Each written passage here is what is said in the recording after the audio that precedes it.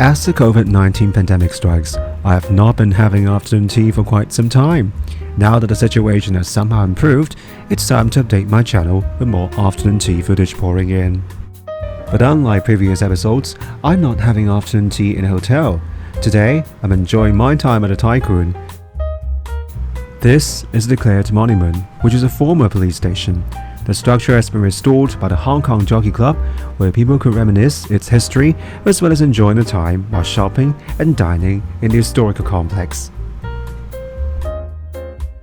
But first, we should not forget our mission today, which is to enjoy good food.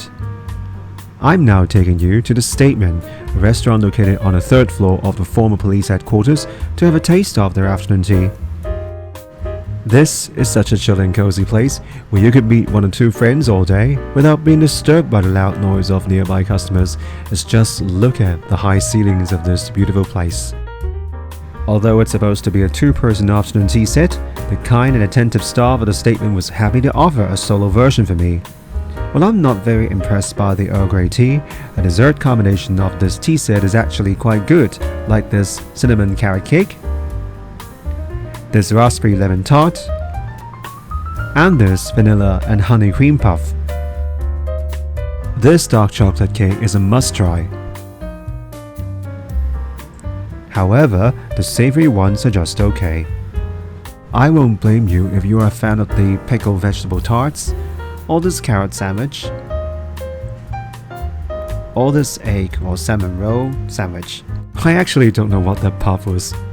As for the scones, you can just skip them because they're not very impressive because it's just too small and not buttery enough. But the clotted cream was actually quite different from the one served at hotels.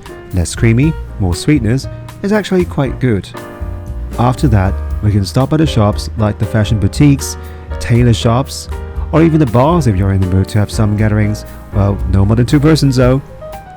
As well as touring around and see the colonial structures beautifully restored by the Jockey Club.